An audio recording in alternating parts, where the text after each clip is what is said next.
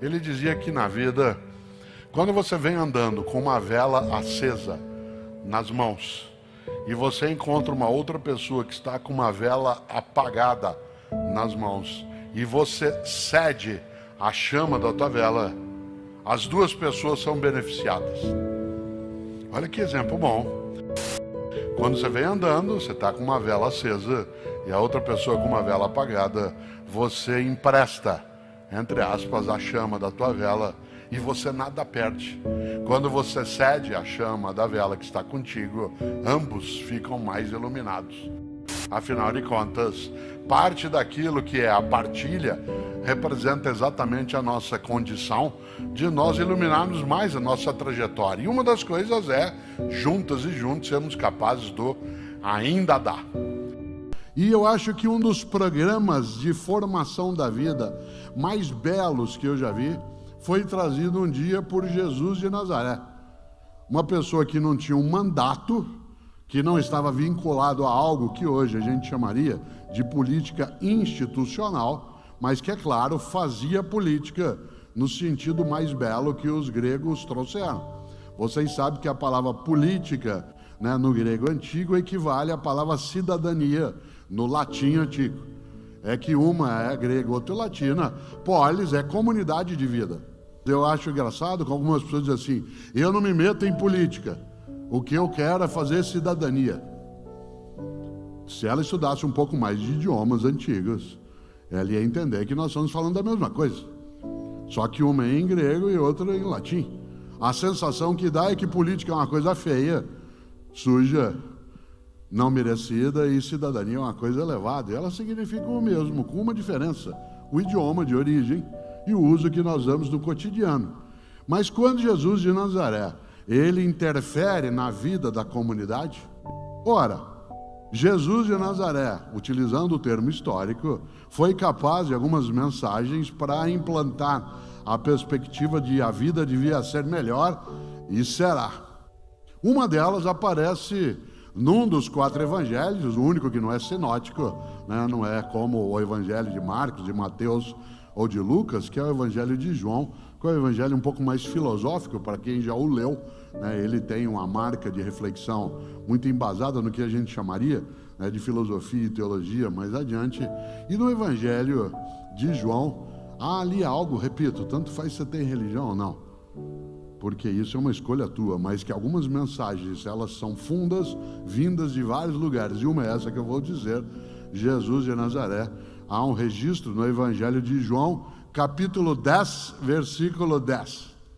Algo atribuído a Jesus de Nazaré, que eu acho magnífico como proposta de convivência, de vida, portanto, uma ação política, não necessariamente partidária, porque isso é outra forma de fazer, é um dos modos de fazer política. E o grande, o especial, Jesus diz: quero que tenhais vida e vida em abundância. Eu acho isso genial. Quero que tenhais vida e vida em abundância. Quero que tenhais vida, já se tem. Basta viva ou vivo estar. Mas a frase mais marcante é: não é qualquer vida, não é mini vida, subvida, banal vida, vida de miserabilidade, de dolo, apenas exclusivamente aquilo que machuca. Quero que tenhais vida e vida em abundância. Você sabe o que é abundância? Abundância não é exagero, não é desperdício. Abundância não é de modo algum o luxo descartável. Abundância é suficiência. Abundância é suficiência. Uma das coisas mais marcantes é lembrarmos que para que a vida seja melhor, e será, nós temos de ser capazes de partilha, para que a vida ela tenha a marca da suficiência, suficiência de afetos, suficiência de condições materiais, suficiência de dignidade, suficiência. Digo de novo: abundância de modo algum é exagero, é descarte, é aquilo que sobra à toa. Uma vida abundante é aquela na qual não haja carência de alternativa. Se você e eu tivermos uma carência de alimento, de abrigo, de cuidado de saúde, de afeto. A abundância é exatamente quando há suficiência. E eu estou dizendo isso por uma razão, porque pessoas que têm mais idade como eu, talvez se lembrem do que eu vou dizer agora. Nosso país, nos 50 anos mais recentes, ele teve uma progressão econômica inédita no tempo anterior. Nós tivemos, nos 50 anos mais recentes, uma mudança significativa em termos de condições econômicas. Claro que estamos vivenciando um momento muito difícil, em que há, sim, uma carência forte, uma miserabilidade em várias circunstâncias, que é movida por variáveis de natureza diversa, mas que tem, sim, um momento que é complicado. Ainda assim, nós ainda guardamos o fato de sermos uma das 15 maiores economias do planeta. Mas eu quero lembrar que há meio século a gente estava começando esse tipo de escalada. Quando eu era menino em Londrina, por exemplo, a gente não tinha tanto dinheiro circulando e nem tantas condições. Mesmo eu sendo filho de bancário com professora, raramente se ia comer fora. Quando a gente ia receber presente, por exemplo, a gente recebia presente 2 vezes ao ano. No aniversário da gente e no aniversário de Jesus. O que levou muita gente a ter um afeto imenso por Jesus. Você ganhava presente no teu aniversário. Eu que nasci no dia 5 de março, eu ganhava um presente em março e eu tinha que cuidar direitinho dele, porque outro só em dezembro. Então, se quebrasse o caminhãozinho, eu tinha que arrumar a rodinha, eu tinha que acertar. Atenção, eu não vivia uma circunstância de penúria, mas não havia tanta circulação. Quando eu era menino, pouca gente tinha carro na família. Era um tio que tinha carro. E a gente, inclusive, saía aos domingos para fazer uma coisa que era dar uma volta. Hoje a gente detesta o trânsito, mas existia uma época em que a gente entrava todo mundo dentro do carro, 8, 9 crianças. Não existia cinto de segurança. Alguns no Fusca iam lá atrás, naquela parte aberta do banco de trás, em que estranhamente se negava a lei da física, que dizia que 2 corpos não ocupam o mesmo lugar.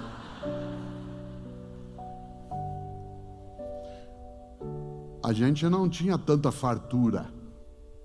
Quem aqui foi formado em famílias de pessoas que tiveram que trabalhar na roça, arrumar as coisas, foram para o campo, sabe o que significa?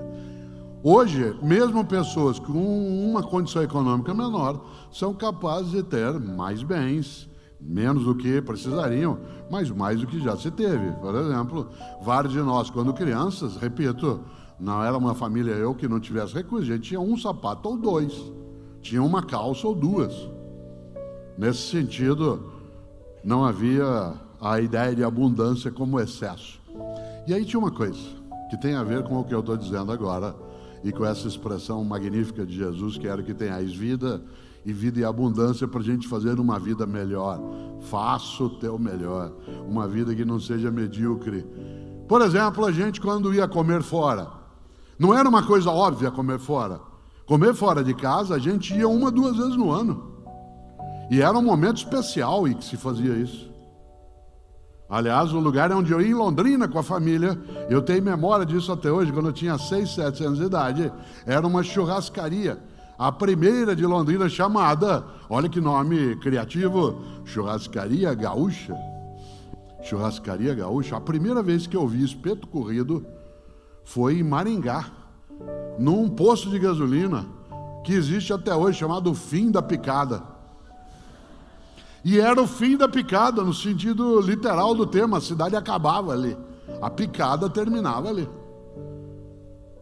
E a gente, quando podia ir a um lugar desse, era uma alegria. Durante o ano inteiro, onde que a gente almoçava no final de semana, para descansar um pouco, a família inteira, na casa dos outros. Ou vinham na nossa casa, mas com uma coisa maravilhosa. Não dava para quem recebia bancar toda a comida, porque nós éramos 10, 12, 15 pessoas, 20. E a gente alternava as casas no final de semana, casa de tia, de parente, de amigo. E aí tinha um milagre que é especial. Como não dava para quem recebia bancar tudo, cada família levava alguma coisa. Cada um levava uma coisa. A família levava uma lasanha, outro levava um frango, outro levava um lombo, a outra família levava uma macarronada, outro uma maionese de batata. E aí servia para todo mundo. E agora vê o milagre. Cada uma levava uma coisa, e na hora de ir embora, todo mundo levava mais do que tinha trazido. Cada um levava uma coisa, e na hora de ir embora, todo mundo levava mais do que tinha trazido. Cada um de nós levava um pouco, e quando ia embora, levava mais do que tinha trazido. Porque cada um de nós, cada família levava para casa uma matula, um farnel, uma marmita. Tinha um milagre aí. O que há por trás disso é uma coisa chamada partilha. Por que é que sobrava? Porque como todo mundo tem alguma coisa, e quando a gente junta é suficiente, ainda sobra. Aliás, os cristãos contam uma coisa maravilhosa. Um milagre feito por Jesus de Nazaré, que é o de multiplicação de pães e peixes. Em alguns dos relatos, vocês se lembram, os discípulos chamam Jesus num canto e dizem, ó, tem 10 mil pessoas aí. E eles estão com fome, eles não querem ir embora. Bom, nem eu iria se eu ouvisse alguém falar sobre fraternidade, vida decente, solidariedade, não exclusão. Também ficaria eu. E aí os discípulos, segundo os relatos, disseram, ó, o povo não quer ir embora, quer comer. E aí Jesus pergunta, o que é que tem para comer? Ah, tem aí alguns pães e alguns peixes. O que é que eles falaram? O que é que nós podemos fazer? Ele disse, vocês vão, entrem, recolham o que tem na multidão e distribuam. Diz o relato que não só todo mundo comeu, como sobrou. Cesto de pão e de peixe. Qual é o milagre? Jesus, vou usar o termo técnico, de modo taumatúrgico, isto é, milagreiro, foi lá, pôs a mão e fez 2 pães virarem 500. Não, o milagre é outro. É um milagre que você e eu podemos fazer também, se a gente entende esse ensinamento, que é o milagre da partilha.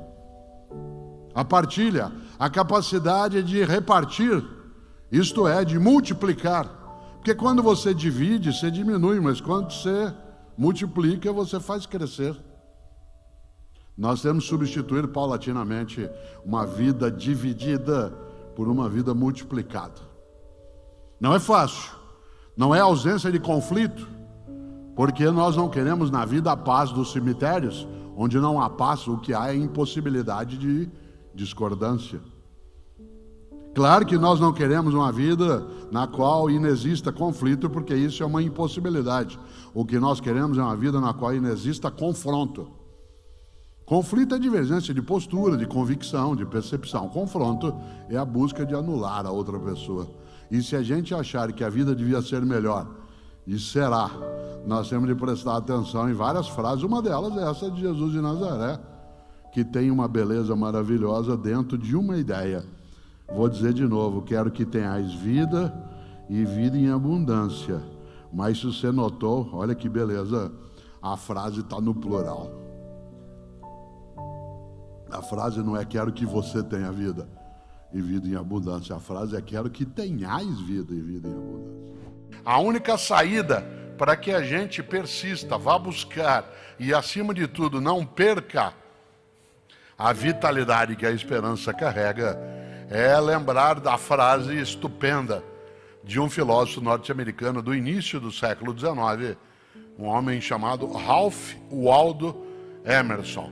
Ele tem uma expressão que é fortíssima. Ele dizia, torna-te necessário a alguém. Torna-te necessária a alguém. A única maneira de você e eu não sentirmos nossa vida perder tempo, esvair-se, ser inútil, banal ou autocentrada de modo exclusivo é tornar-se necessária, tornar-se necessário a alguém.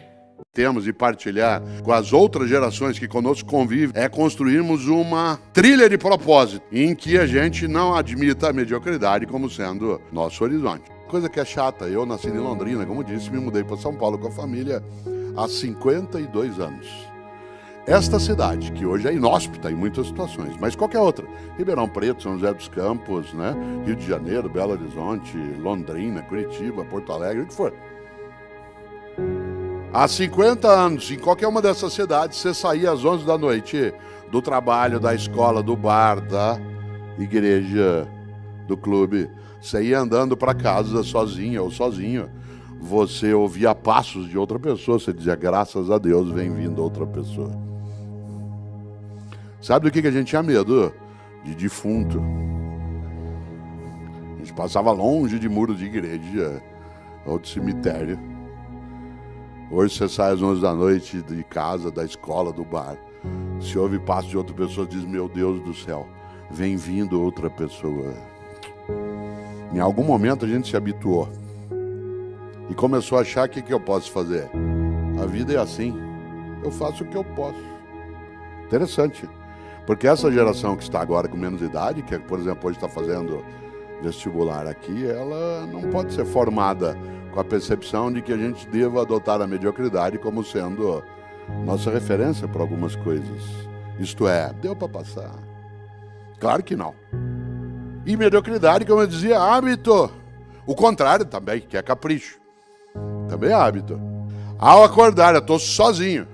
Primeira coisa que eu faço, além de ir ao banheiro, usá-lo, escovar o dente, é lavar o rosto e pentear o cabelo e a barba. Para quem? Por que pentear o cabelo e a barba? Para mim. Sabe por quê? Porque se eu habituar, não tem ninguém vendo. Ou vou sair no domingo, eu vou para a FAAP assistir uma palestra, vou fazer uma palestra. Não vou arrumar a cama. Para quê? Vou usar de novo à noite. Tem gente que você conhece o capricho que ela tem pelo banco de trás do carro. Tem tantas coisas naquele banco. Resíduos alimentares que uma inspeção do CSI acharia, né? Indícios da Páscoa de 2004. Bolachas que estão ali no meio, encontráveis, quase próximas daquilo que já iria para o Museu FAAP aqui. Capricho. Capricho. Ontem eu estava observando e pensando, sentado aí. Puxa vida, que falta Tarcísio Meira mostrar? Que falta Jô Soares mostrar? O que falta Natália Timber mostrar? O que falta? Ele podia dar para o gasto, mas não, né? Em alguns momentos vem uma fúria interna, e essa fúria é a fúria não da arte apenas, e claro que ela também, mas é a fúria da energia que move uma pessoa que não deseja ser medíocre. Descortela. Se é gerações em ebulição, o que mediocridade tem a ver com isso? Muito, porque nós precisamos afastar de nós e daqueles que conosco chegam nesse mundo contemporâneo qualquer tipo de atração pela mediocridade em relação a várias faces do nosso cotidiano. Claro que as gerações são diversas. Claro que hoje nós temos, por exemplo, uma nova geração que está com 18, 20 anos de idade, que tem algo incrível, um encantamento pelo passado. Já imaginou? Você vai almoçar daqui a pouco e você vai procurar um lugar. E o restaurante será tanto mais contemporâneo e, portanto, mais avançado. Ele será quase hipster se ele tiver o cardápio escrito com giz numa lousa. Num mundo de eclosão, de tecnologia, de mundo digital, de LEDs, a modernidade é chegada por meio de uma lousa com giz. Eu estou dizendo isso por uma razão. Porque a gente precisa cautela para tomar conclusões apressadas em relação ao que nós temos de fazer. A principal marca e tarefa que temos de partilhar com as outras gerações que conosco convivem nessa contemporaneidade é construirmos uma trilha de propósitos em que a gente não admita a mediocridade como sendo nosso horizonte, em qualquer área, no âmbito da política, da religião, da profissão, do negócio. Claro, afinal de contas, os caminhos são múltiplos, só que há um contributo imenso das gerações que estão chegando e há um contributo imenso das outras gerações que já estavam. Isto é, muita gente aqui tem muito mais idade, como é o meu caso, do que os jovens que entrarão na nossa sala de aula, ou entram na nossa sala de aula, Há muita coisa que eu posso contribuir e o contrário também. Parece óbvio, nem sempre se admite essa percepção de ambos os lados. Há hoje, por parte, como eu dizia, de uma parcela das novas gerações, uma certa mitificação do passado. Alguns, por exemplo, decidiram, e vem fazendo, ir buscar suas raízes nos países da onde os seus ancestrais vieram, que é uma viagem quase que de natureza ontológica, para usar um termo da filosofia, em que se vai para o lugar onde os avós ou os bisavós vieram, né? Porque nossos avós e bisavós vieram, às vezes, de outros países, como é o caso da quase totalidade de nós aqui, mas eles queriam deixar aquele lugar que vieram para trás, porque aquilo, se alguém vivesse num lugar onde ele pudesse ficar, teria ficado. E veio porque não podia ficar. E ao vir, quis romper. Pois bem, uma parte da nova geração vai em busca dessas raízes. E é claro que vai buscar as raízes nas nações onde avós e bisavós viveram, porque aquilo dá uma certa identidade num mundo de volatilidade, de velocidade, de superficialidade das relações, em que a gente está num instante em que, vez ou outra, é preciso deixar claro algumas coisas em que você o tempo todo está sendo avaliado. Eu, essa semana, aliás, anteontem, em relação a um dos meus filhos, por conta até de um debate que tivemos de natureza profissional, eu tive que lembrar ele algo que às vezes ele esquece. E eu também não posso esquecer disso em relação a ele. Mas eu tive que lembrar ele por escrito. Você não é nem meu juiz e nem meu avaliador. Não é você que decide e nem eu estou pedindo para você me avaliar. Claro que ele pode falar a mesma coisa para mim, ambos somos adultos. Aí diz assim, não, mas você tem o direito de fazê-lo, você é o pai dele.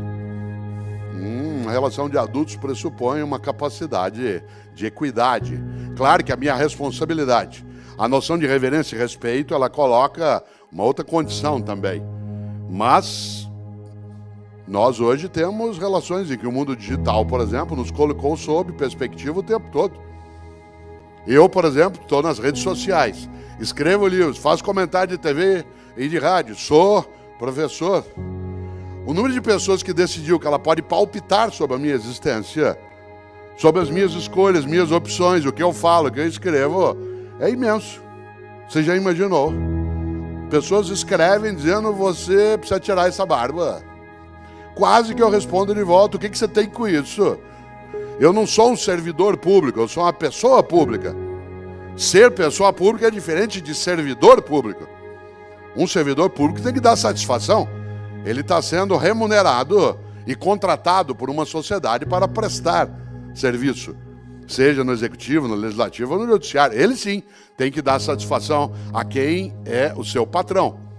Mas eu sou só uma pessoa pública e, de repente, as relações apressadas se dão de vários modos.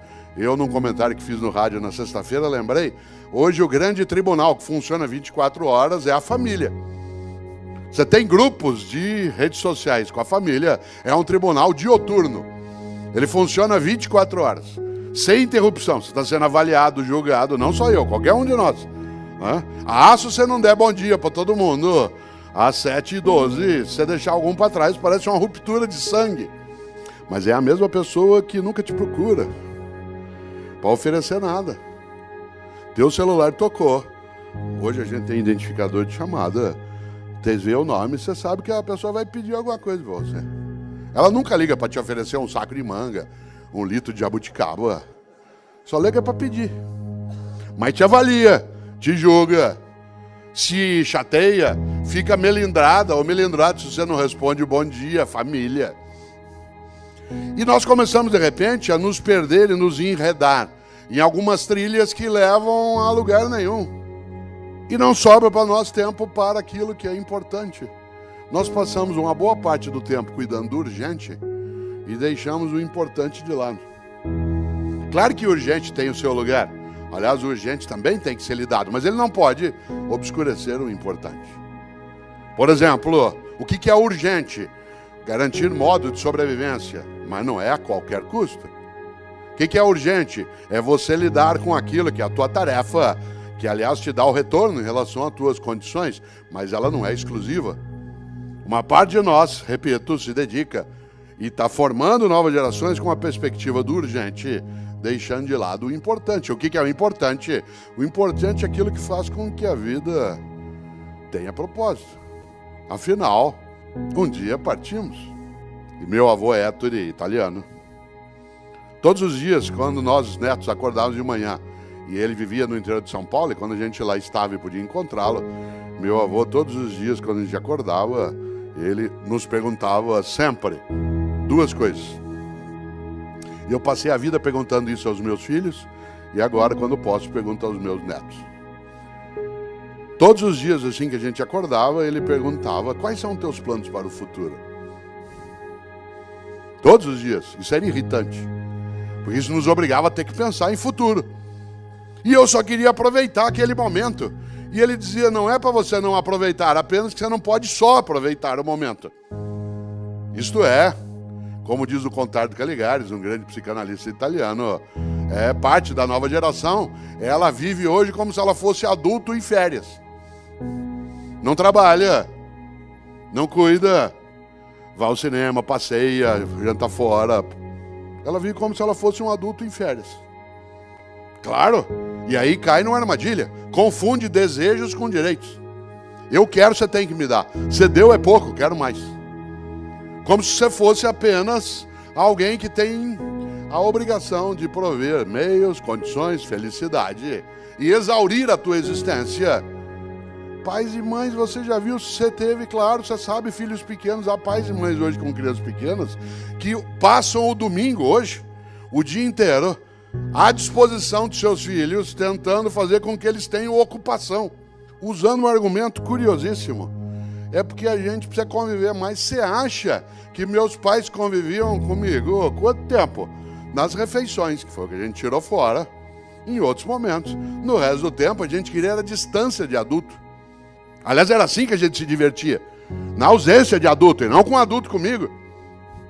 Hoje, você vai, por exemplo, a um buffet infantil, e lá existe uma figura que é necessária até, mas que é inacreditável no século XXI, chamado animador de crianças. Uma geração que precisa de animador, tendo 10 anos de idade, está com algum tipo de distúrbio. Famílias inteiras saem de casa, hoje, domingo, saem de casa e vão ao restaurante comer comida caseira. E saem de casa para fazê-lo. Tem algum tipo de doença nisso. Gente, vamos comer comida caseira, vamos embora. Vai todo mundo. Sai de casa para comer comida caseira. Tem alguma perturbação psiquiátrica nessa questão. Você ri, somos nós. Ri de quem? Animador de criança, criança aos 10 anos de idade, 12, ela nem tem hormônio, ela tem demônio. É uma coisa, né, de outra natureza, aquilo ferve numa outra direção. Aliás, quem é professor aqui sabe o que é demônio em vez de hormônio, né? Não só no ensino médio, até na universidade, porque a gente tem uma noção hoje de adolescência estendida, né? A parte dos pensadores entende a adolescência como sendo quase 30 anos de idade, né? E não 17 como era até pouco tempo. Já se trabalha com essa noção de uma adolescência estendida por conta até do tempo nosso médio de vida ter sofrido também, ainda bem, né? Uma extensão, mas a grande questão, meu avô, era: quais são teus planos para o futuro? A outra pergunta era mais densa. O que você quer na vida? Ser o mais rico do cemitério? Essa frase não significava não tenha patrimônio, não tenha propriedade. Significava não tenha só isso. Pense naquilo que serve para a tua vida, que é curta, não ser pequena.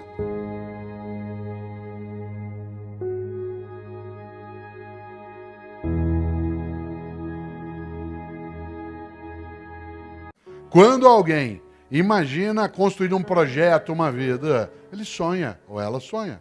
Nessa hora, a ideia daquilo que nega. Ser humano é ser capaz de dizer não ao que parece não ter saída. Ser humano é ser capaz de reinventar, de recriar, de refazer. Eu caminhava outro dia em São Paulo, encontrei uma pessoa que disse: professor, tá difícil o Brasil, tá complicado, eu não aguento mais, eu acho que eu vou me matar. A filosofia diz que, cuidado, o suicídio é uma solução definitiva para um problema provisório. E essa é uma questão séria.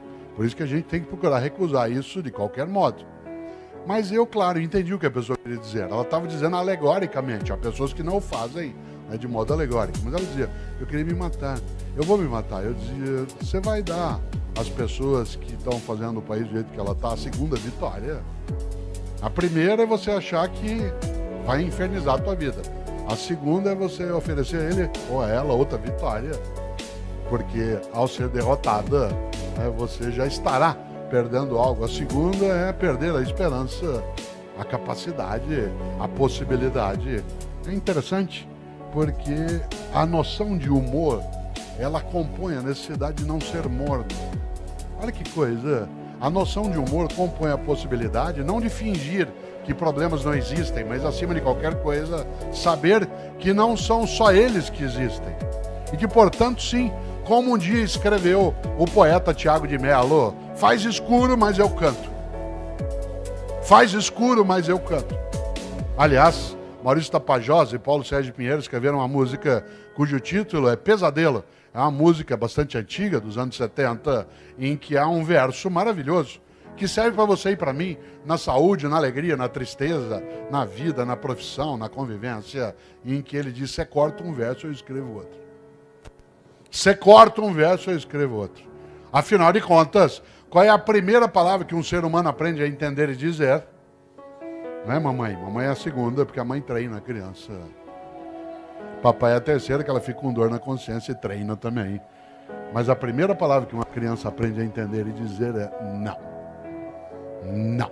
Você vai com a mamadeira? Não. Você põe na boca, ele cospe. Você quer levar, ele solta o corpo. Você quer pegar, ele sai correndo. Você corta um verso, eu escrevo outro. Você prende meu corpo, me traz de outro lugar para ser escravo. Você prende meu corpo, mas a minha alma você não prende. Eu canto, eu tenho meus deuses, à noite eu rezo, eu murmuro, você não consegue acabar comigo. Você aprisiona, você faz com que eu fique sob o teu jugo. Eu sonho, eu tenho esperança. Você me prende, a alma não tem como. Você pode me segurar, você pode me humilhar, você pode me ofender, mas eu não sou destruído. Nisso sim, isso é a capacidade de reverência à vida de vários modos. Aí eu volto exatamente a esse ponto. Faz escuro, mas eu canto. Você corta um verso, eu escrevo outro. Se um muro separa, uma ponte une. De repente, diz a música, de repente, olha eu de novo. Essa ideia da capacidade de dizer não, porque só quem pode dizer não pode dizer sim. Ser livre é ser capaz de dizer não e sim. Claro. A possibilidade, por exemplo, de você fazer algo maravilhoso. Imaginar o impossível. Quando, por exemplo, Santos Dumont pensou a possibilidade de algo que voasse e que fosse mais pesado que o ar, parece maluco. Aliás, a prova de que foi um mineiro que ajudou a inventar o avião é que ninguém no planeta chama aquilo de trem de pouso. Só um mineiro faria isso. Quando alguém imagina construir um projeto, uma vida, ele sonha ou ela sonha. Nessa hora, a ideia daquilo que nega. Ser humano é ser capaz de dizer não ao que parece não ter saída. Ser humano é ser capaz de reinventar, de recriar, de refazer. Nessa hora, é evidente, quando eu digo que a primeira palavra que você aprende a dizer é não, é porque só quem pode dizer não pode dizer sim. E nesse ponto, a liberdade, ela penetra com uma grande questão. Você e eu somos livres, faça por merecer. Cuidado, a gente se habitua com o podre. A gente se acostuma com a falta de capricho. A gente começa a achar que é assim. Eu conheço várias escolas e instituições, e eu falo de educação aqui porque ela é formativa, em que as crianças, ao terminar a atividade, elas arrumam a sala, elas guardam os brinquedos. É uma atividade pedagógica também, vocês dizem, mas para quê? Tem alguém para fazer, ela já paga, ou é do poder público, já está no tributo, não. Não é ela fazer o serviço de um adulto. A tarefa de uma criança, de um grupo de crianças, arrumar aquilo que elas usaram numa sala de aula, para colocar de novo na caixinha, no armário, não tem uma função de natureza disciplinar para conduzir mentes ao adestramento. Ao contrário, é para que ela se habitue a ordenar. Afinal de contas, a disciplina é a organização da liberdade. A disciplina é a organização da liberdade. Eu, Cortella, posso fazer muitas coisas que eu preciso fazer e muitas outras que eu não preciso e faço por gosto, porque eu sou muito disciplinado em relação ao que eu tenho que fazer, aos meus horários, à estruturação das minhas atividades. A disciplina não me constrange, a disciplina faz com que sobre tempo para mim. Muita gente diz assim, como é que você arruma tempo? É da CBN, é da TV Cultura, escreve livro, faz palestra, viaja, encontra pessoas. A disciplina organiza a liberdade e a disciplina é uma das essências do capricho. O capricho se apoia exatamente nesta capacidade de olhar uma cadeira, encontrá-la torta e arrumá-la de leve. Assim você está cada vez mais ficando psicótico. Você sai por aí arrumando cadeira, às vezes. E não é apenas por um desvio de conduta, mas acima de tudo pela capacidade de eu não me distrair. E você sabe o que é capricho, eu sei. Você sabe quando você e eu fazemos o nosso melhor. Há pessoas, insisto, que em nome do possível dizem o que eu posso fazer. Elas se subordinam ao fato e ainda dizem uma coisa péssima, que horror, alguém tem que fazer alguma coisa. Como se esse alguém estivesse sempre do lado de fora. Muitas vezes alguém tem que fazer alguma coisa, mas sem dúvida, se alguém tem que fazer alguma coisa, um desses alguém sou eu. E é claro que também nessa hora a percepção da ideia de capricho, ela passa por vários lugares. O cuidado com o lugar em que nós estamos. Eu moro em São Paulo há 52 anos. A gente já degradou muito a nossa condição ambiental nos lugares. Cuidado, a gente perdeu o capricho. Pior, a gente se habitua. Pior ainda, a gente acha normal. Quer ver um exemplo? Quando me mudei com a família para São Paulo, há 52 anos, a cidade tinha, como tem até hoje a capital, 2 rios estupendos. O Rio Pinheiros e o Rio Tietê. Tem muitos outros, hoje já cobertos pelo asfalto. Você sabe que embaixo da Avenida 23 de Maio tem um rio, embaixo da Avenida Pacaembu tem outro, embaixo da Avenida Sumaré tem outro. De vez em quando eles vêm à tona e reagem. Mas os 2 rios mais externos e mais evidentes, que são o Pinheiros e o Tietê. Quando me mudei para São Paulo há 52 anos, aqueles 2 rios eram navegáveis. A gente nadava lá no final de semana. Eu ia pescar com o meu pai no Rio Pinheiros, no Rio Tietê. A gente nadava. Aliás, vários times e clubes se instalaram na margem do Rio Tietê com o nome de Clube de Regatas. O Corinthians, que é um dos grandes times da nossa trajetória, tem como símbolo um timão, por conta dele ser um time ligado à navegação, antes de até de lidar com a ideia de futebol. Por isso, a gente ia lá. Pois bem, esses 2 rios estão mortos. Nós os matamos. Eles fedem. Perdemos o capricho. Pior, a gente se habitua. Pior ainda, a gente tem saudade. Quer ver um exemplo? Você está chegando em São Paulo amanhã cedo, entra na região da Marginal Pinheiros, vem aquele fedor, você fala, que bom, já estou chegando. Você está voltando agora no final de semana pela Ayrton Senna ou pela Dutra. Você entra ali do lado da Marginal Tietê, aquela coisa horrorosa. Nojento, diz, ai que bom, já estou perto. Você pousa no Rio de Janeiro, lá no aeroporto do Galeão, na Ilha do Governador, naquele mangue pútrido, aquela coisa que quando abre a porta do avião vem aquele fedor. Ai que bom, já cheguei. Cuidado, a gente se habitua com o podre, a gente se acostuma com a falta de capricho, a gente começa a achar que é assim. Vou te dar um conselho. Se você quiser ter uma vida que seja relevante, que cresça, ouça o que eu vou dizer. Afaste-se de funcionário velho. Afaste-se de funcionário velho. Aproxime-se de funcionário idoso. Não confunda idoso com velho. Idoso é uma pessoa que tem bastante idade. Velho é aquele que é morno, que acha que já sabe, que não precisa mais se mexer. Afaste de professora velha na escola. Sabe como é que é professora velha? Idosa é uma pessoa de 65, 70, 80 anos de idade. Velho é aquele que é morno. Quer ver um exemplo? Você chega numa escola cheia de ideias, quer fazer coisas, a professora velha fala assim, sossega aí. Com o tempo você vai aprender. Quando você estiver no meu tempo de serviço público, você vai ver. Sossega, fica na tua. É só mudar governo, as coisas voltam ao que era. Afaste de funcionário velho. A pessoa velha, ela faz mal. Ela é homicida. Isto é, ela assassina as condições de vida coletiva numa comunidade. Se ela estiver na atividade pública, pior ainda.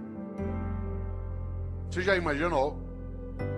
Aproxime-se de gente idosa. Gente idosa quer aprender, frequenta a escola, vem para debate, lota um auditório na Câmara. Os que têm mais idade aqui, alguns perguntariam, tal como eu, o que você veio fazer? Quero continuar aprendendo, sabendo, indo buscar. Há pessoas que acham que já sabem. Ah, não, para quê? Ao contrário. Por isso, atenção. Há um grande pensador que muitos conhecem aqui, chamado Padre Antônio Vieira, um grande português que viveu no Brasil. Padre Antônio Vieira começa um sermão dizendo: o peixe apodrece pela cabeça. O peixe apodrece pela cabeça. Já viu um peixe apodrecer? Ele apodrece da cabeça para o resto do corpo. E há pessoas que apodrecem pela cabeça. Isto é, uma cabeça que é morna, fútil, banal, inútil. Afinal, o que é vida? A vida é curta para ser pequena, e é curta mesmo, 75 anos. É a nossa média hoje. 75 é nada. Para alguns que são jovens aqui, 75 é muito. Para vários de nós, é depois da manhã. Quando você tem 30 até 70, é. Agora não. Muda muito. Eu tomei um susto outro dia, vereador, porque eu fui fazer uma compra por internet. E eu tinha acabado de receber um cartão de crédito novo. E aí eu fui pôr, na hora que pediu a data de validade do cartão, eu fiquei parado olhando. O cartão tem mais validade que eu. Quando o teu cartão tem mais validade que você fica olhando aquilo. Claro, 75 é pouco. Minha mãe, 85 anos de idade, domingo me falou assim: filho, hoje lá na igreja uma velhinha me falou. Eu falei: mãe, defina a velhinha. Ela fala: ela deve ter uns 87. Fala: ah, bom. Claro. O que é vida? Guimarães Rosa, grande médico, escritor mineiro, colocou lá no Grande Sertão: viver é muito perigoso. Viver é perigoso de fato. E nascer, então? Já imaginou como é difícil nascer? Tanto que a natureza sabe, ela tira de nós a memória do nascimento e dos primeiros 3, 4 anos de vida. Porque é tão impactante sair do útero que a gente é apagado da memória para não sofrer. O lugar mais seguro que você já teve no universo é o útero da tua mãe. Tanto que quando você está mal, você quer voltar para lá. Você estava lá 8 meses e meio, numa boa, sem fazer nada. Meio líquido, nós adoramos meio líquido. Você estava lá balançando, não tinha que respirar, era alimentado automaticamente por um tubo, não tinha quase ruído, não tinha luminosidade, não havia contato, a temperatura era sempre equilibrada, homeostática. O melhor lugar do universo que você já teve. Tanto que quando você está mal, você quer voltar para lá. Você perdeu um amigo, perdeu alguém, perdeu um amor, você quer ficar no escuro, deitado, com o joelho em direção ao peito. Posição fetal. Você olha no hospital para pessoas com problemas mentais, nuas no pátio, deitadas assim, encolhidas. Claro, você estava lá numa boa, sossegado. De repente, depois de 8 meses e meio, esvaziou o líquido. E você começou a sentir contrações à tua volta. E foi escorregando. E alguém te segurou. E você sentiu contato pela primeira vez. Te ergueu, tirou do útero. Tinha luz no ambiente. O ruído aumentou, mudou a temperatura. E a pessoa te ergueu, te deu um tapa na bunda. E aí você fez o primeiro gesto fora do útero, que é... porque o último vai ser... Entre a primeira vez que você faz e a última que você faz, tem vida. Por isso que é bom não desperdiçar isso. E tem gente que desperdiça humilhando pessoas, sendo hipócrita, fingindo, desviando. Olha só. E ainda tem uma encrenca, dura só 75 anos. Divididos do seguinte modo: do 0 aos 25 você está se montando. Tua estrutura física, psíquica, relacional, cognitiva, reprodutiva. Dos 25 aos 50, você está reproduzindo outros humanos e trabalhando em alta intensidade. E dos 50 aos 75, você se prepara para o desembarque. Do 0 aos 25 monta, dos 50 aos 75 desmonta. Não ria. Vocês vão chegar lá. Quem está nessa fase como eu, você sabe que você está nela, porque cada dia não tem o café da manhã, tem menos comida e mais caixinha de remédio. Você vai atravessar aqui a avenida, você fica em dúvida, você corre e tem um infarto no meio, ou seja, o que Deus quiser. Olha só, quem diria? Você sabe que você está nessa fase quando cada dia você tem menos bíceps e mais pânceps, né? Mulheres não riam. Nessa fase vocês vão ser atingidos em cheio pela lei da gravidade. Tudo vai apontar em direção ao solo. E você vai ter que escorar com veneno botulínico, você vai ver. Você vai entrar na fase que a gente chama de California Dreams, que é The Mamas and the Papas, certo? Você ri? Pois morre. Claro, pode morrer professor, doutor, titular como eu. Pode morrer prefeito pode morrer empresário, pode morrer diretor de departamento, pode morrer. Tudo faz. Ou tem uma vida que não seja banal, inútil, fútil. Ou, pra quê? E aí nós temos uma encrenca. Nós vivemos só 75 anos e ainda somos um animal que dorme demais. E eu conheço gente que dorme 8 horas. Você pegar alguém que dorme 8 horas, por exemplo, num dia de 24 horas, ele dorme 1/3 do dia. Numa vida de 75 anos, dá 25 anos dormindo. Aliás, tem gente que você encontra na segunda-feira, obrigado. Fala assim, aí, o que você fez no fim de semana? Aproveitei e dormi direto. Tô louco para chegar ao feriado para eu dormir uma semana, obrigado. Chama-se animal racional, olha só. Nós não somos só um animal que dorme demais, nós somos um animal que come demais. Cada um de nós come, de acordo com a FAO, a área da ONU que cuida de alimentos, 1,5 kg por dia de alimentos. 1,5 kg dia de sólidos, líquidos e gasosos. 1,5 kg, não é tanto. Por exemplo, você já comeu hoje, vai comer daqui a pouco, depois toma um lanche, uma latinha de refrigerante de 300 ml tem 300 gramas. Hoje até 11 da noite você já comeu mais do que 1,5 kg. Como tem fome no planeta, alguns de nós comemos mais do que isso, para dar essa média.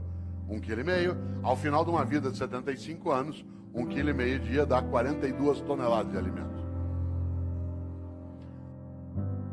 5 anos. Enquanto você estiver vivo, você vai deglutir 42 toneladas de alimentos do planeta. Claro, nós somos um animal que não tem só sistema digestório, nós temos sistema excretório também. E por isso, para o planeta não sair do eixo, a lei de Lavoisier tem que imperar. Cada um de nós também libera diariamente 1,5 kg de dejetos, sólidos, líquidos e gasosos. O que ao final de uma vida dá 42 toneladas de excrementos. Quando você se for, o planeta não será mais o mesmo. Você terá deglutido 42 toneladas dele e deixará como herança às próximas gerações 42 toneladas de excrementos. Qual é a tua obra?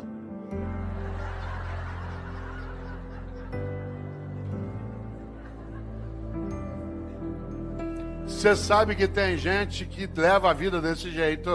Ela destrói o ambiente, humilha pessoas, furta, desvia, finge, só para poder dormir mais do que necessita, comer e excretar em banheiros especiais.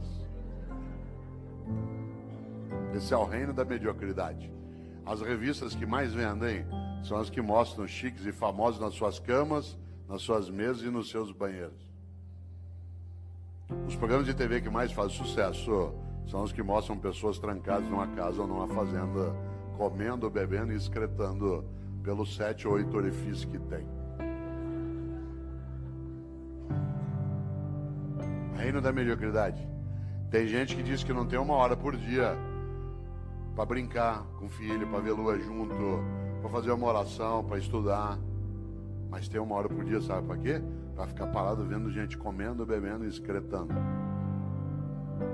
É tão forte isso que qualidade de vida para nós hoje, o que é? Cada um tem um quarto com banheiro. O anúncio não é que você vai ter qualidade de vida numa casa que tem uma cozinha grande com uma mesa comprida, onde todo mundo vai ficar em volta. Não, é cada um ter um banheiro. É vida privada, isso é subir na vida. Cada um poder ter um banheiro dentro de casa. Você já imaginou? Não é o lugar da partilha, da convivência. Isso é um risco. Claro. Já pensou? Pois morre. Se bobear, não fará falta. Interessante. Aliás, sabe o que uma pessoa fala quando ela está morrendo? Quem aqui é da área de medicina sabe disso?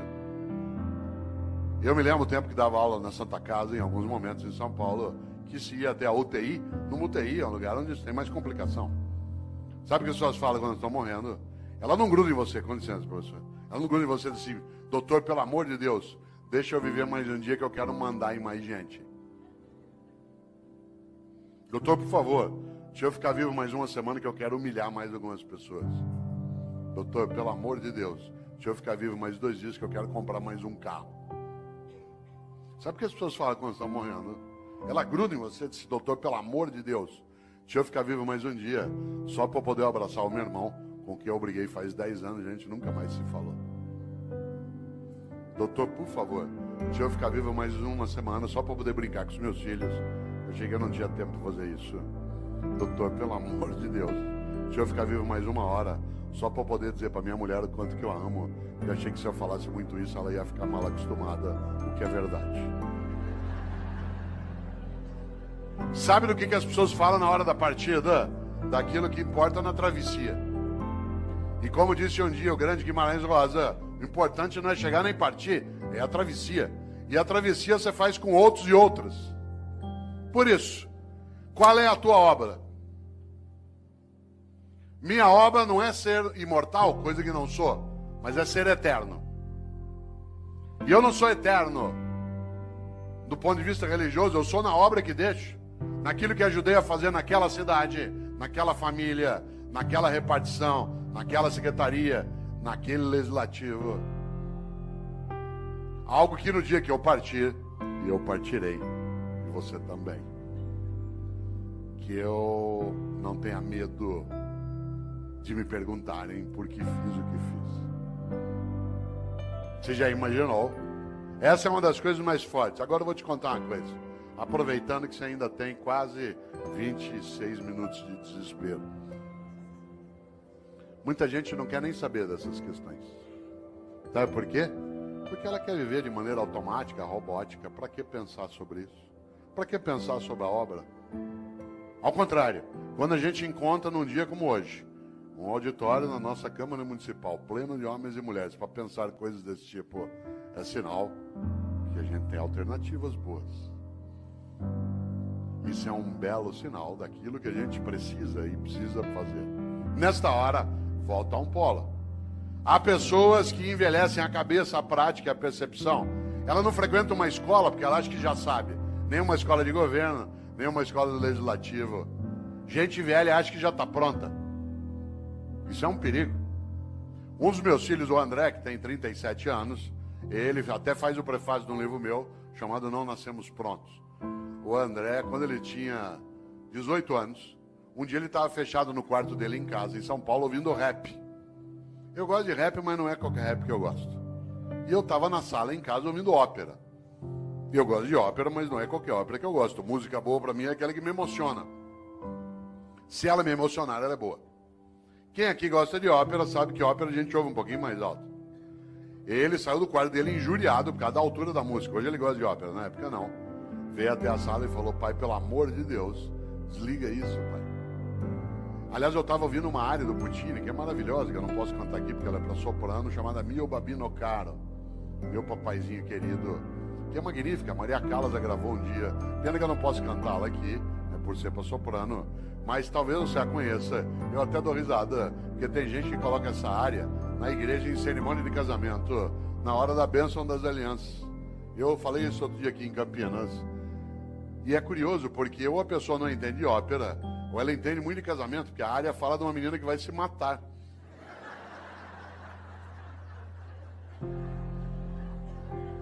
Você sabe que a coisa mais perigosa que existe na vida é incompetente com iniciativa. Incompetente com iniciativa é um perigo numa secretaria, num centro cirúrgico, num fogão, no volante de um ônibus, numa sala de aula. Você já pensou? Falei, André, que pena, você aos 18 anos de idade já está ficando vítima da indigência mental.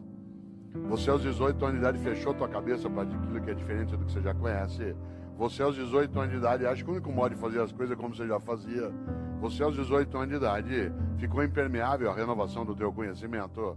Você aos 18 anos de idade acha que a única trilha a ser caminhada é aquela que você já caminhou. Você aos 18 anos de idade está ficando refém da pobreza das ideias. Ele falou, pai, você está ficando louco. Eu falei, André, eu estou ficando louco, você está ficando velho. Insisto, não confunda idoso com velho. Idoso é uma pessoa que tem bastante idade. Velho é aquele que acha que já faz o que pode. Por isso, cuidado na atividade de gestão, na área pública, na área privada, mas essencialmente na área pública, no executivo, no legislativo. É preciso cautela para não envelhecer. A prática, a percepção, a cabeça, porque o próximo passo do velho, com qualquer idade, é ficar morno. E a mornidade torna inútil. E a inutilidade torna absolutamente esquecível. Claro, quem é o grande padroeiro dos velhos? Especialmente na atividade de gestão. Especialmente no campo público, que eu também tenho experiência. Quem é o grande padroeiro? Não são grandes homens e mulheres que lutaram para a vida ter mais sentido. Sabe quem é o grande inspirador de gente velha? De gente que é morna? É o Mendes Sá. Lembra do Mendes Sá? Um dia uma professora de História do Brasil dava aula sobre os governos gerais. Falou sobre o Tomé de Souza, falou sobre o Duarte da Costa. Quando estava falando sobre o Mendes Sá, viu um aluno distraído lá no fundo e para pegá-lo, claro, virou e falou assim, Paulo, o que fez Mendes Sá? Ele disse, fez o que pôde. Cuidado com o Mendes Sá. Gente, nós temos que ter mais relevância naquilo que a gente faz aqui na nossa gestão. Eu faço o que eu posso.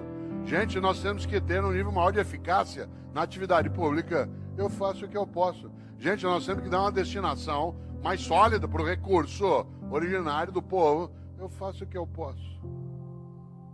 Cuidado. Essa é a falência da ação.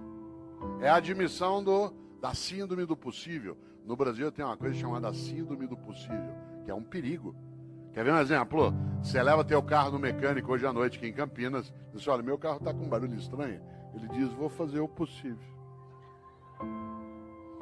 Você vai a um médico e diz assim, doutor, eu estou com uma dor no pâncreas. Vou fazer o possível. Você chega para um funcionário, olha, eu precisava disso. Vou fazer o possível. Você desanima. Imagine que você está aqui agora, você sabe que ainda faltam 21 minutos para você se libertar de mim. Você começa a se irritar, você tem coisa séria para fazer. De repente você começa com uma dor, uma cólica no baixo ventre, que vai para lá e para cá. Tua perna direita começa a tremer, você começa com um pouco de sudorese, ânsia de vômito, calafrio. Isso é sinal de apendicite. A gente pega você, leva para um hospital aqui perto, afere tua temperatura, vê que você está com indício, te para anestesia. Vai levando para o centro cirúrgico, você vai deitado no corredor, vendo passar aquele teto branco na maca. Aí você gruda na mão do médico e diz assim, doutor, vai dar certo a operação? Ele diz, vou fazer o possível.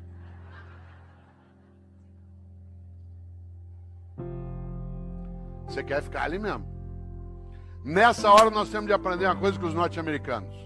Não é tudo com eles que a gente aprende, não é tudo deles que a gente rejeita. Tem várias coisas deles que a gente não precisa aprender.